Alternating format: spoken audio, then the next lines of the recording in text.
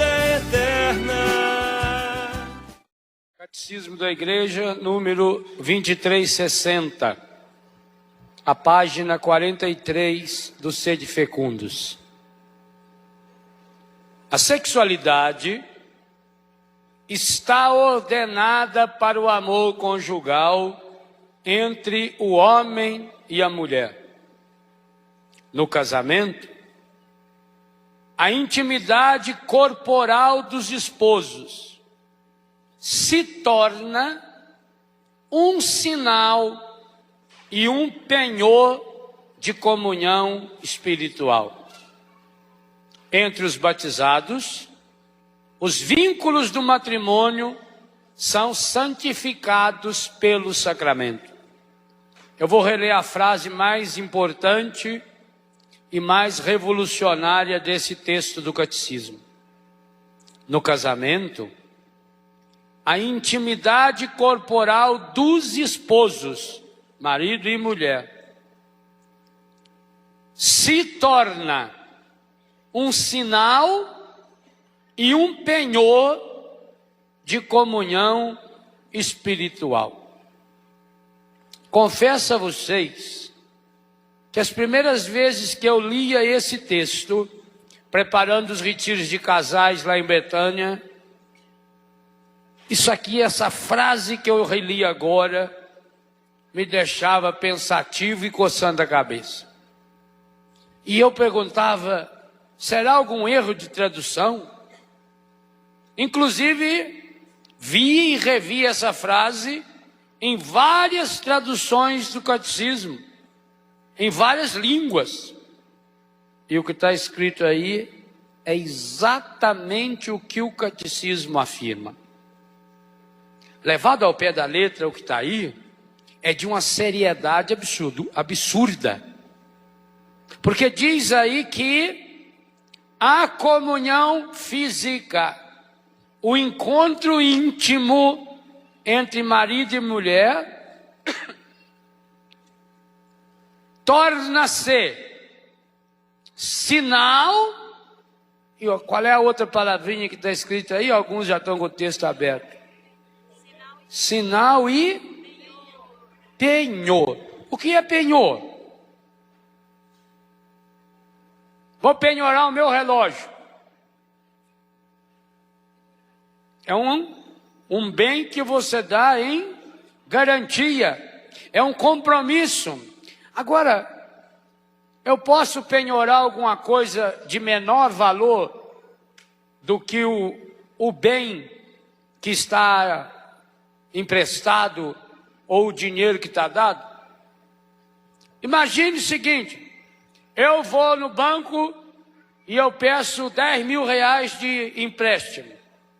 E eles dizem, você tem que me dar uma garantia. Olha aqui, meu óculos. Esse óculos custa 400 reais. Com lente e tudo. Eles aceitam meu óculos de 400 reais? Para ser penhor de 10 mil, o óculos teria que valer 15 ou 20. Teria que ser meu relógio. Esse é um relógio de ouro puríssimo. Até a pulseira é couro, couro não é ouro. Só tirar o C que vira ouro. É inteirinho de ouro, ó. Um relógio desse vale uns 20 mil reais. Claro que ninguém paga, principalmente se conhecer relógio. Então eu teria que ter um bem de 20 mil. Ou seja, o que vai penhorar tem que ter valor maior do que aquilo que ele representa. Ou está errado isso? Aí o que diz aí? No casamento, a intimidade dos esposos se transforma, vira sinal e penhor do quê? De comunhão espiritual. Sabem, senhoras e senhores, ladies and gentlemen, o que está escrito aí no catecismo? Tradução agora livre do Padre Léo. Casal que não se saboreia bem na cama, espiritualmente é um fracasso. Está aí. É o contrário. Tem gente que quer melhorar a qualidade da sua vida íntima rezando, fugindo do problema. E isso é um disparate. O catecismo diz que é o contrário. O catecismo está afirmando e explicitamente que a comunhão íntima é maior do que a comunhão espiritual. Beira o absurdo, se não tivesse no catecismo da sua Santa Igreja Católica, exatamente à meia-noite, 23h60, o número para você gravar fácil. No matrimônio, a intimidade plural. Inclusive, o catecismo faz questão de colocar dos esposos, para dizer que é o homem e a mulher. Nem coloca assim no genérico do casal. Não, dos esposos. Ou, como leem os nossos queridos nordestinos, dos esposos. A comunhão dos esposos. A comunhão íntima do marido e da mulher, os atos que os unem, torna-se sinal. Essa palavrinha que o padre falou para você no dia que você casou, seja no mundo um sinal do amor de Deus. Abrir as portas e o coração para acolher Deus que vem até você. Mas essa palavra segunda, ela é forte demais. Gente, só há um segundo contexto em que aparece a palavra penhor com essa conotação tão forte. É quando São Paulo diz aos Efésios, e cita isso em outros textos de autoria dele, que o Espírito Santo é penhor da nossa herança. Que Deus penhorou o Espírito Santo por nós. A segunda vez que aparece essa palavra, que é uma palavra jurídica, é uma palavra usada em tribunais. Porque o penhor dá de ser mensurado. É palpável. Eu terminava a meditação da manhã dizendo isso para vocês. No matrimônio você toca com as mãos no próprio Deus. Então, cada vez mais, e por isso que eu reservei um capítulo sobre isso, e nós vamos encerrar essa pregação dessa tarde com essa oração que tem aí. Cada vez mais é preciso descobrir a sintonia da vida de o que um casal vive na intimidade. E para deixar bem claro, aquilo que se vive na intimidade é íntimo.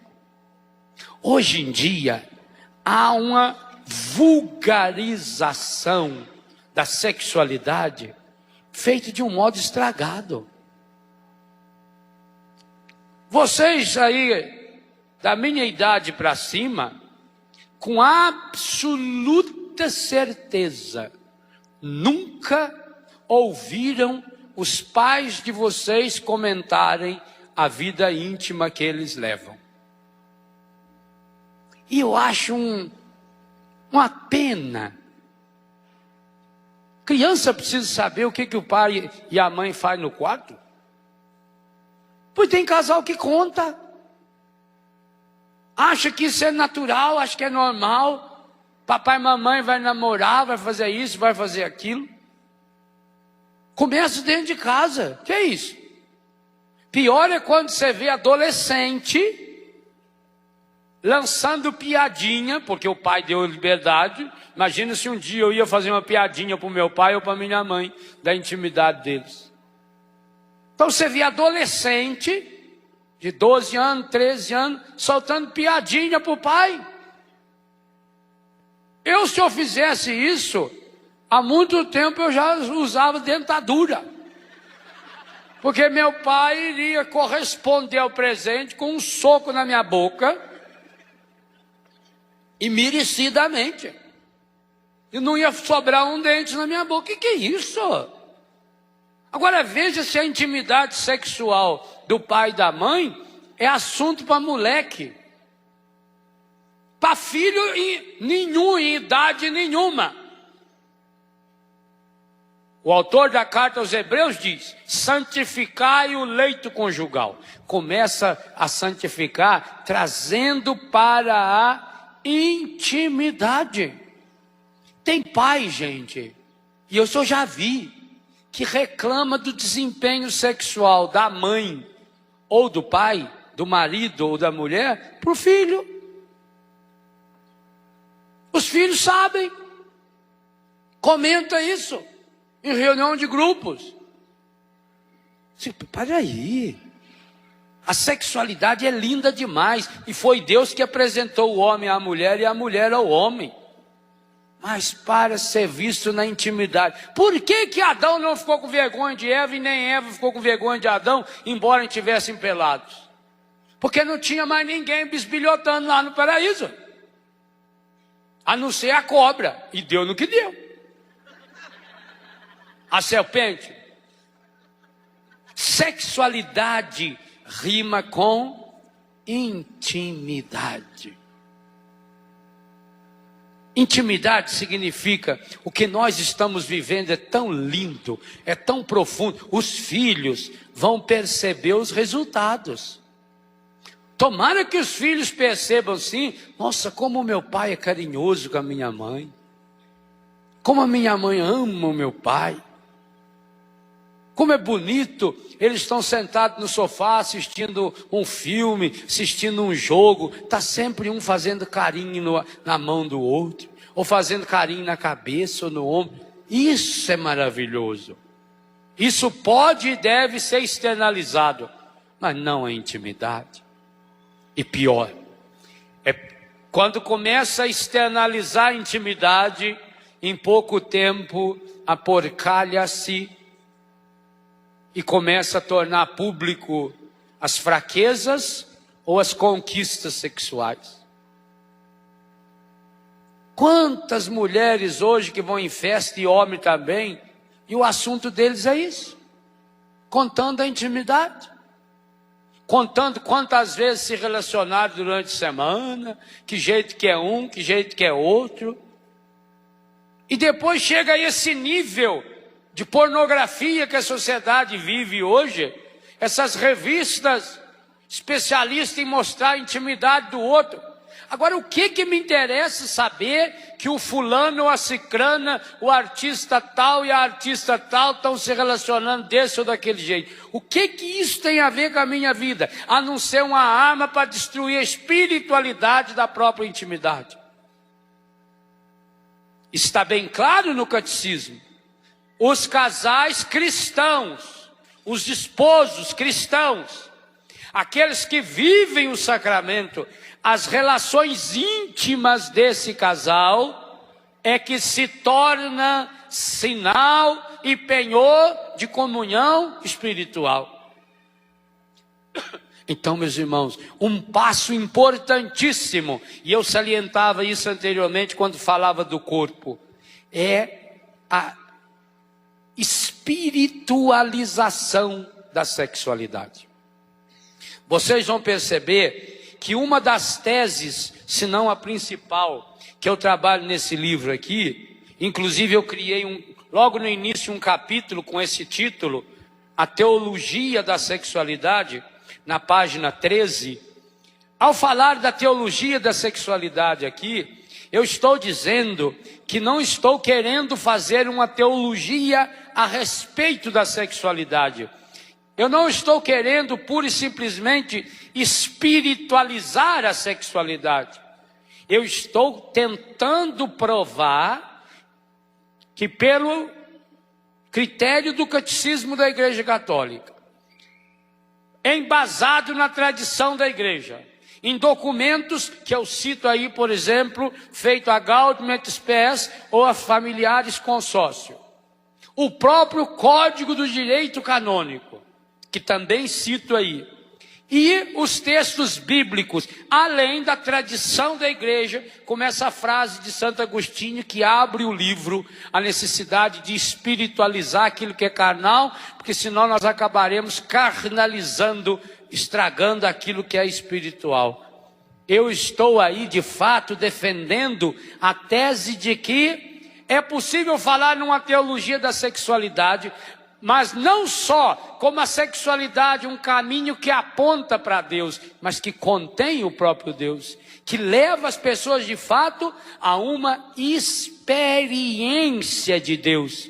O casal vivendo em Deus, o casal experimentando em Deus. Olha, vai precisar ir acontecendo exatamente essa interação. Quanto melhor, e eu disse antes, quanto melhor um casal viver a sua intimidade espiritual, é isso que eu dizia quando falava do orgasmo, melhor o casal vai poder viver a sua intimidade espiritual. Agora é o contrário. O texto está dizendo que a vivência da sexualidade torna-se um penhor para a comunhão espiritual. Está dizendo que o casal que aprender a descobrir Deus na sua sexualidade, a presença de Deus na sua sexualidade, e a viver de modo digno de quem encontrou-se com Deus, que essa vivência vai se externalizar também por um equilíbrio de uma vida espiritual. E aí, meus irmãos, ninguém precisa ser especialista para perceber que é muito melhor um casal que conseguisse ir numa missa por semana, junto, do que o marido que vai em 5 grupos de oração, a mulher que não vai em nenhum. Aí nós vamos descobrindo o justo equilíbrio, que falta para muitos. Então a vivência da intimidade, como de fato deve ser, íntima. Sexualidade não pode ser assunto de nem conversa de boteco. Sexualidade não é assunto para ser tratado em festinha. Sexualidade não é assunto para ser tratado e nem para ser experimentado como consequência da bebida ou da droga.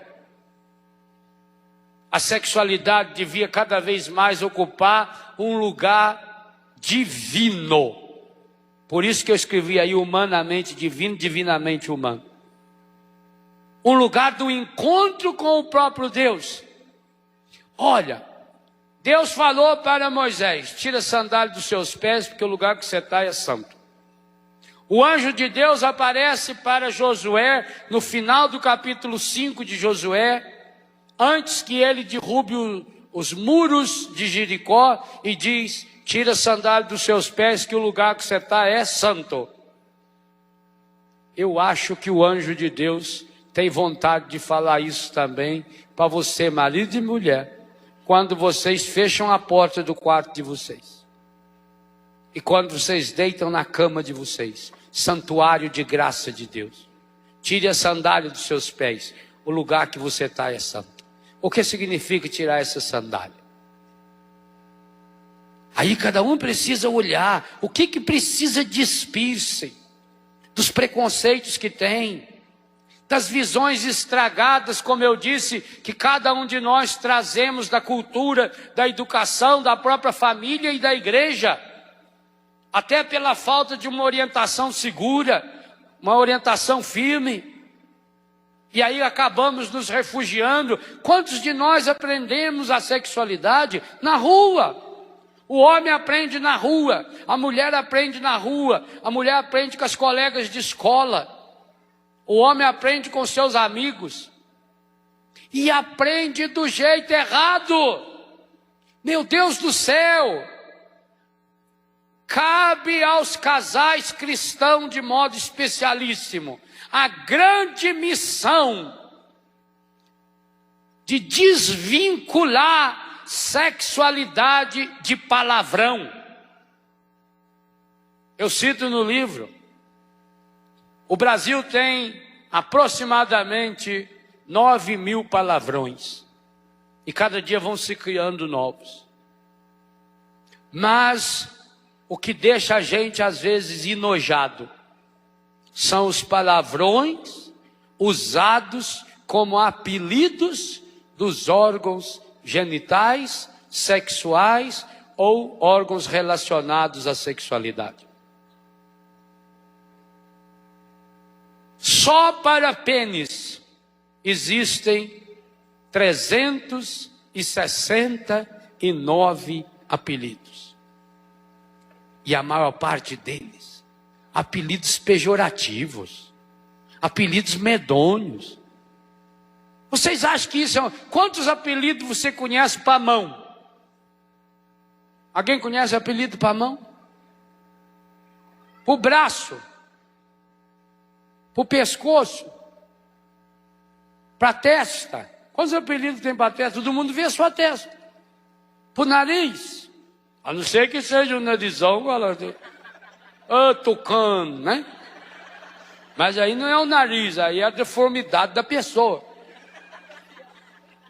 Para a orelha, a mesma coisa, quando tem um orelhão grande, né? Fala assim, olha, logo está voando, tá? Por que não tem apelido? Para a boca?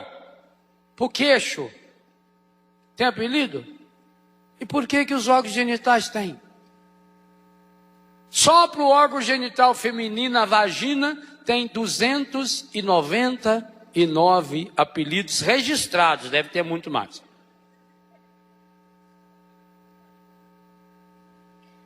Relações sexuais. Usa então aquilo que o catecismo usa. Intimidade corporal, intimidade física, comunhão íntima. Mas só apelido pejorativo. Os termos usados na relação sexual são termos chulos demais. Como é que você vai respeitar um órgão do corpo que você trata por apelido?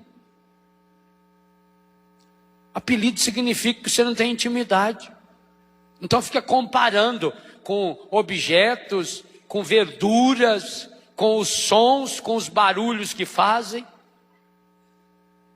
Isso, e pena que mãe ensina isso para filho. Por que que a mãe não ensina para o menino, meu filho, já lavou o pênis? Não. Inventa, o pingolim. Tem outros que eu não posso falar aqui, né? Esse negócio aí. E quando se trata então do genital feminino, meu Deus. Olha, se você pensar bem nos apelidos que eles dão, você entende por que hoje tem tanta gente que tem medo desse negócio. Pois compara até com a perereca, com... Tem bicho mais nojento que vive no lodo, frio, vive no brejo. Que é isso? Isso é um disparate, isso é uma ofensa a Deus. E quem vocês acham que criou isso? É claro que foi o encardido. Gente, se há uma parte do corpo humano que o encardido tem nojo, primeiro porque ele não tem, anjo não tem sexo. Anjo não tem instrumento com o qual possa reproduzir Deus. Anjo não se reproduz. Essa é a maior raiva do encardido. O encardido concentra esforços contra a genitalidade humana. Eu vejo a mão dele. Se não fosse pela mão do demônio, como é que ia lastrar isso? É quase que um fenômeno no mundo inteiro. Não, isso tem a marca do demônio. Para a pessoa começar a usar esses apelidos horrorosos, esses apelidos medonhos, perde a intimidade com o próprio corpo, não tem capacidade de referir-se ao corpo mais de uma forma carinhosa, de uma forma respeitosa, perde a consciência da dignidade de que meu corpo é templo do Espírito Santo, aonde está presente a graça de Deus, que cada parte do meu corpo contém o corpo, sangue, alma e divindade de nosso Senhor Jesus Cristo. Já disse isso aqui e recebi e-mail até de padre criticando, azar, continue criticando. Eu falei, ou a ciência ou a teologia está errada. Porque se quando eu comungo, o corpo de Cristo que eu comungo se dissolve na minha língua e vai para a minha corrente sanguínea, obviamente que as partes do meu corpo que contém mais sangue, contém em quantidade muito maior o corpo, sangue, alma e divindade de nosso Senhor Jesus Cristo. Ora, qual é a parte do corpo humano que contém a maior quantidade de sangue por metro quadrado? Os órgãos genitais. Mais do que no coração. O coração está cheio de músculo para jogar o sangue. Os órgãos genitais são alimentados única e exclusivamente por sangue. Se você comungou o corpo e o sangue de Cristo, que sangue é esse que está entumecendo os seus órgãos genitais? Essa é a dignidade que tem que ter. Essa é a consciência que tem que ter. Agora, como é que eu vou respeitar uma parte do meu corpo que eu chamo por apelido? Que eu chamo por esses nomes horrorosos, que compara com bicho, com fruta, com verdura, com sei lá mais o quê. Não vou respeitar. Eu não vou amar. É ideológico. Gente, quando quer por exemplo, você já viu no campo de concentração nazista? Creio que nenhum de vocês estiveram lá, mas já viu em filme. Primeira coisa que um campo de concentração nazista faz é eliminar o nome da pessoa. Põe um número. O nome da pessoa é muito importante. Você passa a ser o 283. Você passa a ser o 420. Você não é mais o João, o José, o Antônio, o Pedro. Dar nome está na Bíblia. Adão foi chamado a dar nome a todos os animais, a todas as plantas, a toda a natureza, ao seu corpo. Dar nome significa exercer o domínio. O nome que a gente usa para os nossos órgãos genitais é fundamental. A revolução para a santidade sexual começa com nomes corretos, com nomes bíblicos, com nomes científicos.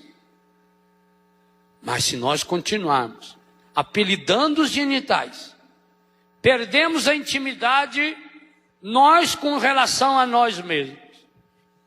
Como é que você vai respeitar o corpo da sua esposa?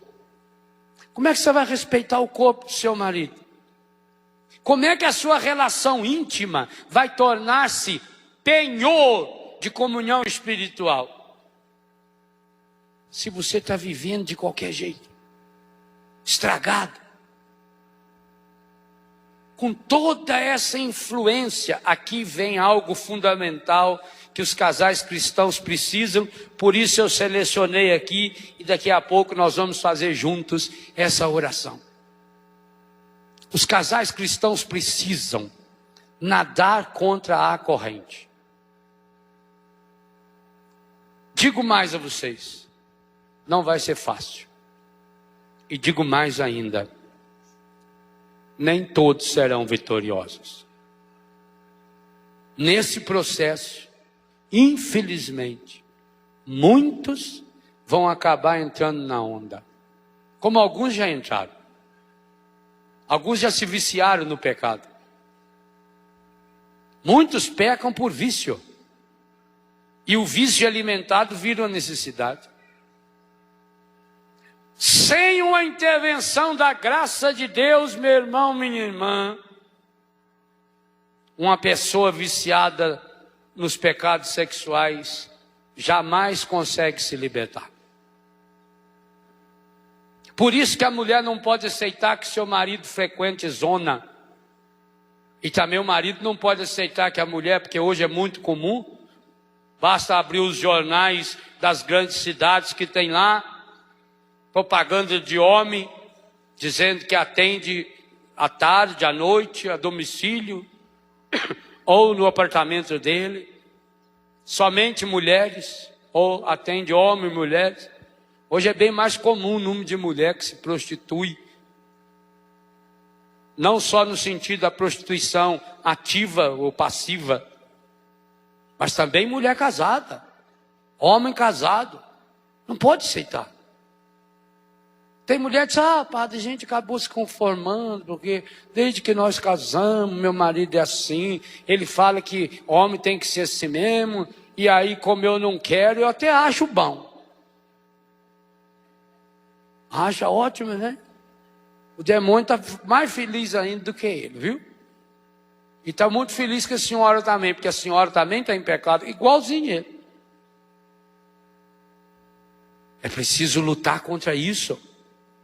Como é preciso lutar contra esses desequilíbrios que acabaram invadindo o lar de tanta gente. Se é necessário, tira até a televisão do seu quarto. Santifica o seu quarto. Seu quarto não pode ser um lugar onde você leva lá dentro e põe uma fita pornográfica que acaba emporcalhando até o ar. Por que será que a Bíblia fala desses espíritos espalhados pelos ares? Como é que esses espíritos se espalham pelos ares? É através disso, dessa pornografia aporcalhada, estragada, que faz o casal perder a intimidade, a beleza, a santidade. Que coisa linda e maravilhosa. Um casal que se ama, um casal que se cuida. Digo mais, grande parte das doenças e dos distúrbios de sexualidade, há um capítulo especial aí no livro sobre os distúrbios, mais na parte final do livro, os distúrbios sexuais, que impede a mulher de sentir verdadeiro prazer, as dores nas relações sexuais, o incômodo na relação. No caso masculino, a disfunção erétil, ou a ejaculação precoce. Por que essas 5 disfunções, 3 femininas e 2 masculinas? Por que muitos casais, mesmo com tratamento avançadíssimo, não conseguem a cura para essas enfermidades? Porque a grande maioria dos casos, a causa é espiritual. A causa é uma contaminação. Porque a contaminação inconsciente contamina tanto quanto uma consciente. Há uma contaminação. E aqui digo-lhes, os casais cristãos precisam descobrir, redescobrir, experimentar a força renovadora, transformadora da sexualidade para ajudar a curar o mundo. Porque não se esqueçam, as grandes sociedades do mundo se perderam pela depravação sexual. Sodoma e Gomorra, a Grécia. Gente, a Grécia foi a nação, ou uma das nações, mais importantes da história da humanidade. A Grécia é a mãe da filosofia. Os grandes pensadores do mundo vieram da Grécia. A Grécia tinha uma visão do corpo humano espetacular. Tanto que a Grécia que criou as Olimpíadas. O culto ao corpo. Mas, hoje também você não consegue citar o nome de 5 distúrbios, desequilíbrios sexuais, sem falar num termo grego. O que derrubou a Grécia? O que lançou a Grécia no chão? O desequilíbrio sexual do seu povo. Grandes filósofos gregos que caíram para o homossexualismo. E a Grécia, que há 3, 4 mil anos atrás, era uma potência Perdeu tudo. Está tentando recuperar nos últimos tempos. Não passa de um país a mais no continente europeu. A decadência da cultura grega foi graças à decadência sexual. Mas o maior exemplo de todos, o Império Romano. Gente, o Império Romano, o Sacro Império Romano Germânico do Ocidente, era algo tão estrondoso de grande que o sol não se punha sobre ele. O que significa? Ia do Ocidente até o Oriente, era um único império. Quando o sol estava desaparecendo no Ocidente, já estava nascendo no Oriente. No Império Romano, era dia 24 horas por dia. Não dava tempo do sol se pôr. Quando se punha numa parte, na outra parte já estava nascendo. Mais ou menos como o Brasil e Japão. Olha que coisa espetacular. E o que derrubou o Império Romano? Inimigos? Um exército maior de fora? Imagina. Ninguém era mais poderoso do que eles. O que derrubou o Império Romano foi a vivência aporcalhada da sexualidade. Começava com aqueles banhos públicos, homem com homens, e aí começou a decadência dos homossexuais, e aqueles homens importantes lá, imperadores depravados, homens e mulheres, de Cleópatra a Marco Antônio, a Júlio César, todo mundo conhece a história. Alexandre o Grande. Então vocês entendem direitinho o que está acontecendo com a Europa e também com o nosso país. Não é uma ameaça. Isso é uma imbecilidade, eu ameaçar. Quem sou eu para ameaçar um império feito dos Estados Unidos, feito a Europa, feito o Brasil? É constatação. Nós estamos indo para o mesmo caminho. Depois da revolução sexual, depois da pílula sexual, não precisa nem ir muito longe. Eu era moleque quando Odair José cantava "Para de tomar a pílula". E o tio Nosso proibiu nós de cantar essa música lá no Biguá. Lá no Biguá era proibido cantar. Se começasse a tocar a pílula no rádio, tinha que mudar de rádio. Isso faz 30 anos atrás, 35 anos atrás. A revolução, a chamada revolução sexual, transformou a mulher do Ocidente em quê? Você diz que o demônio, São Paulo já diz que ele é travesti. E eu acho que não é só travesti, não. Eu acho que ele é meio creuso também. O demônio tem horror à mulher. Está claro, a culpa é Maria Santíssima. Ele tem nojo de Maria Santíssima. Já pisou na cabeça dele? Mas ele tem nojo de todas as mulheres. Então, se ele consegue, de um lado do mundo, manter a mulher submissa, vestindo aquelas roupas medonhas, fazendo extração clitoriana e tantas outras coisas, absurdo dos absurdos. Aqui no Ocidente, que a mulher assumiu um papel de igualdade, um protagonismo, inclusive na igreja. Olha que coisa linda o papel da mulher da igreja. Só no Brasil tem mais de 200 mil catequistas. A mulher assumiu para valer. E aonde a mulher assume para valer, ninguém segura, não. A mulher tem uma fibra, tem uma força que nós homens não temos e temos que aprender com a mulher. A resistência que ela tem à dor, a capacidade de pensar nos outros, a capacidade de esquecer de si, a capacidade de dar-se, de aniquilar-se, são valores femininos espetaculares. A atenção, feito Maria em Caná, a atenção para com as necessidades do outro, isso não é típico do homem, não, isso é típico da mulher, isso pertence à feminilidade. Mas olha o que o demônio fez.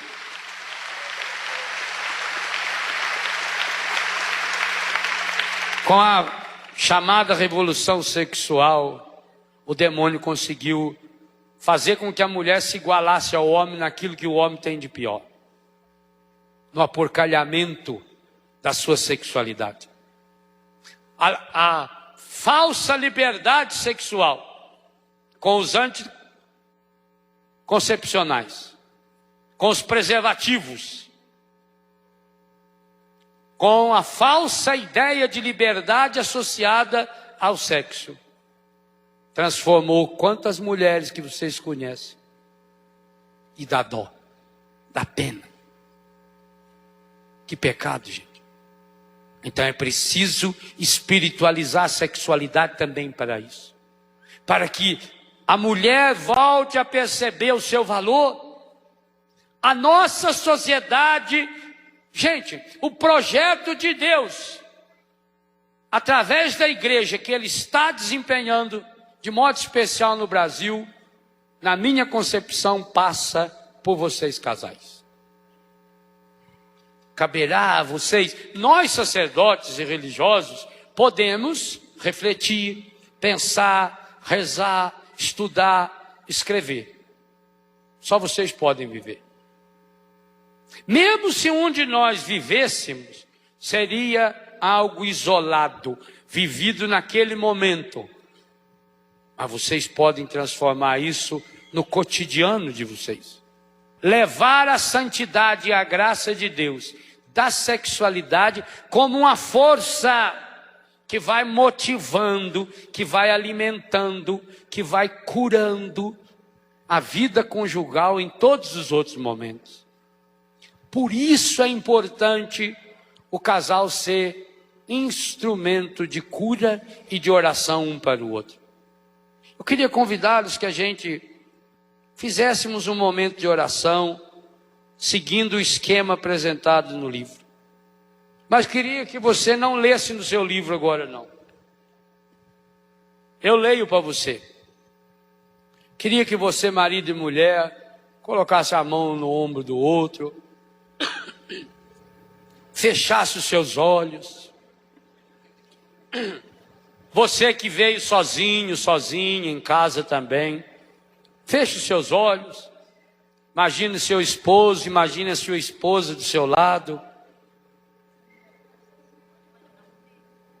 E peçamos ao Espírito Santo que venha ajudá-los a transformar de fato essa comunhão íntima em sinal e penhor da comunhão espiritual. Pai Santo, Pai querido, Pai amado, Deus de bondade e de ternura, nós te louvamos porque criaste o homem e a mulher à tua imagem, imagem e semelhança, e chamaste, no meio da nossa sociedade, tantos casais para assumirem a vocação do sacramento do matrimônio. Louvando, queremos pedir, Pai, derrama sobre cada casal os dons do Espírito Santo. Peça isso como casal. Derrama sobre cada casal. Vocês podem pedir, derrame sobre nós os dons do Espírito Santo.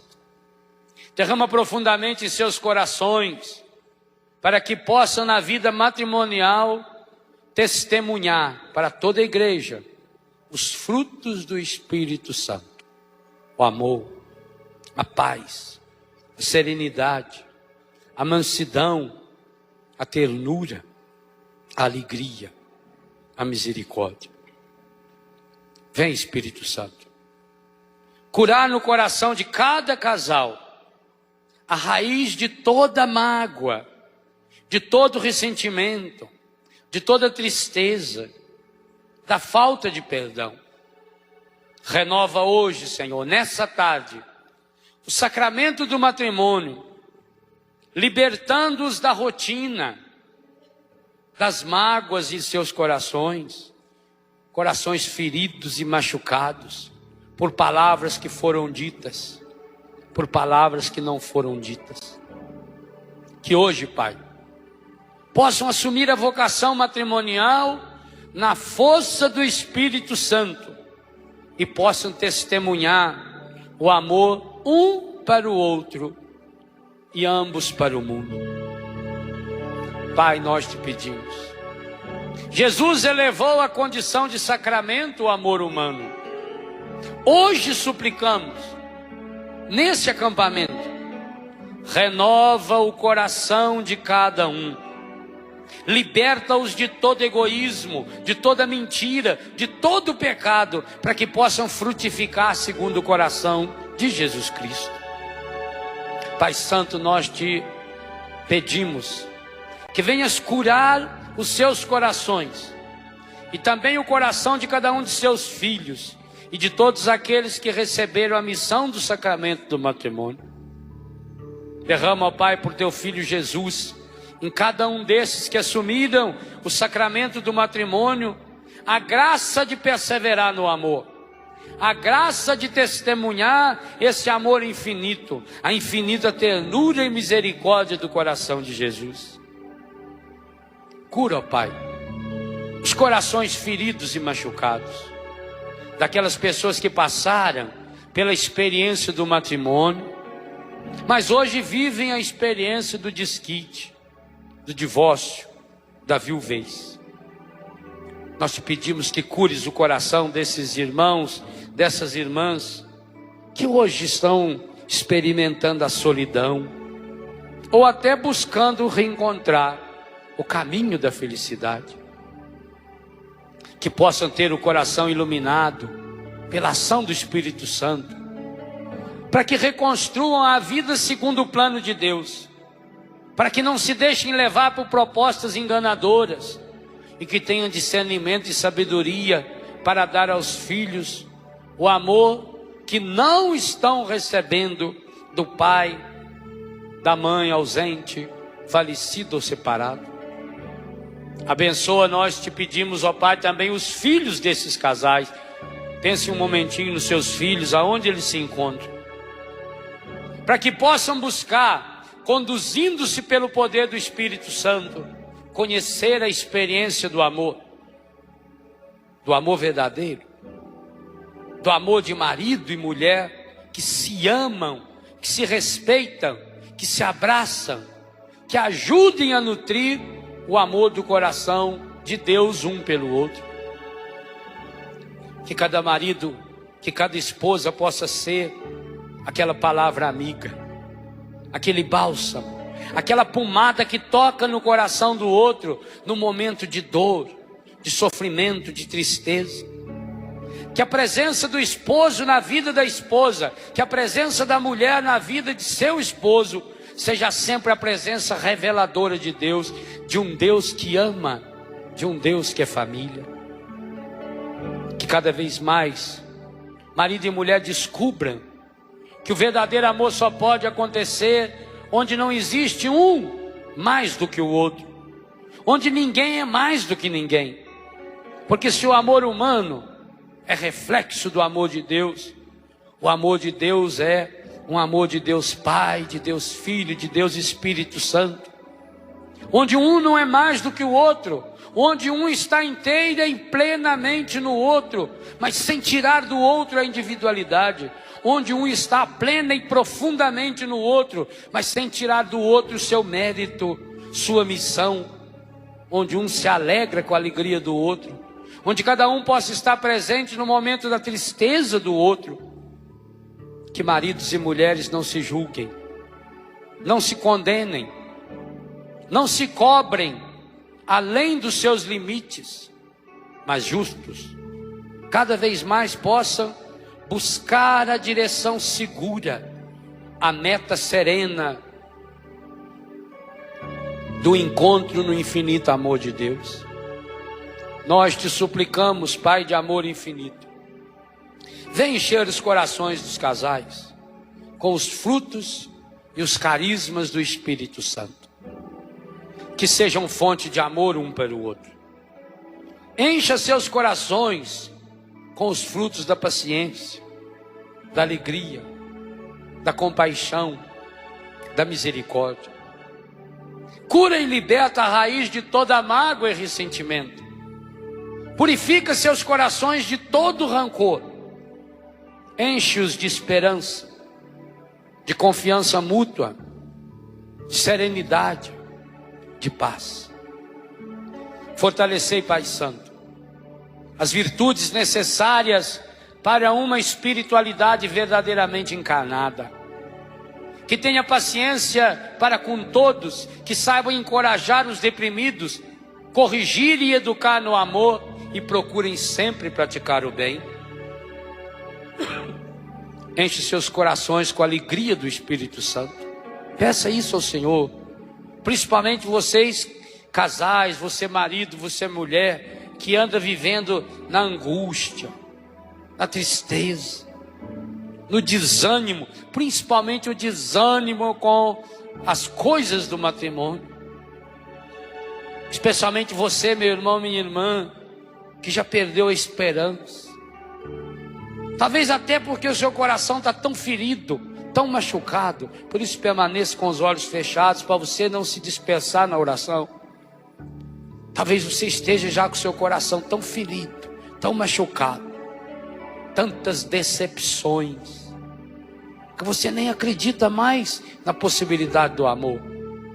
Mas é possível sim.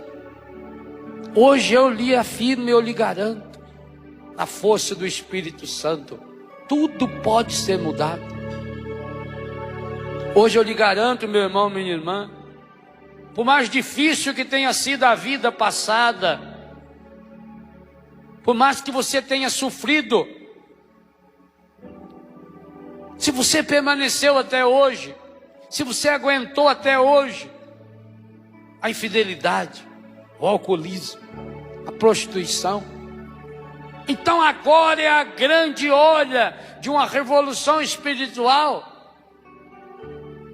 Se você teve força para aguentar tanta humilhação que você passou, até violência física, violência psíquica, violência afetiva, palavras que machucaram, é sinal que você tem a força de Deus dentro de você. Mas agora é preciso usar essa força para a restauração, para a cura.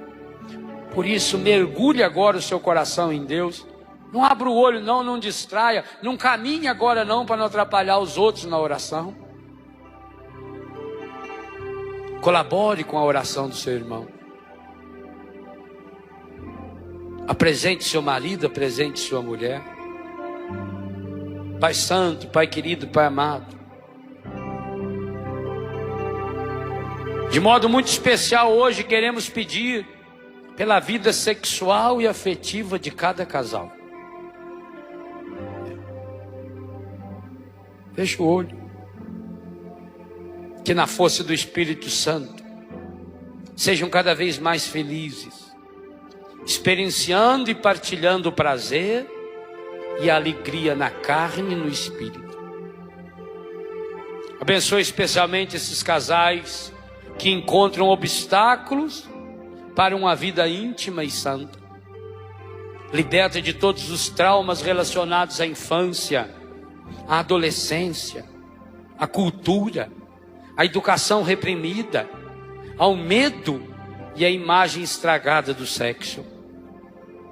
Purifica, Pai amado, todas as contaminações conscientes ou inconscientes que chegaram ao coração dos casais através da libertinagem, especialmente pelo mau uso dos meios de comunicação. Abençoa cada marido. Esposa, peça agora para o seu marido. Pode até repetir as palavras que eu estou rezando e depois você pode acompanhar no livro.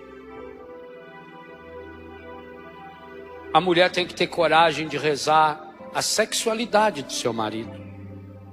Abençoa, Pai, cada marido, você pode dizer meu marido, revigorando a sua masculinidade, curando as causas e as consequências da ejaculação precoce e da disfunção erétil.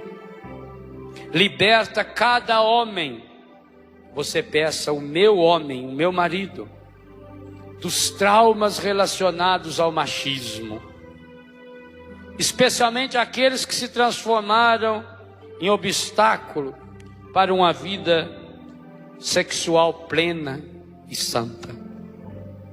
Marido, agora você abençoa a sua esposa. Abençoa, Senhor, cada esposa. Você peça, abençoa, Senhor, minha esposa. Pode até dizer o nome dela. intensificando a sua feminilidade, curando as causas e as consequências da falta de prazer, das dores nas relações íntimas, do medo e da insegurança que gesta desconforto e recusa. Liberta cada mulher, peça, liberta a minha mulher, dos traumas relacionados à submissão feminista, que não tem nada de feminina, especialmente aqueles que se transformaram em obstáculos para uma vida sexual plena e santa. Agora nós abençoamos o casal. Desça sobre o homem e a mulher a ternura do coração do Pai, a misericórdia de Jesus Cristo e a força renovadora do Espírito Santo. Pai, que sejam para o mundo sinais e canais do teu amor, que na alegria te louvem e na tristeza vos procurem. Isso nós os pedimos pela poderosa intercessão de Maria Santíssima, nossa Mãe, em nome de Jesus Cristo, teu Filho, que convosco vive e reina na unidade do Espírito Santo. Amém. Mesmo que seja breve o existir neste mundo, o tempo de Deus é para sempre.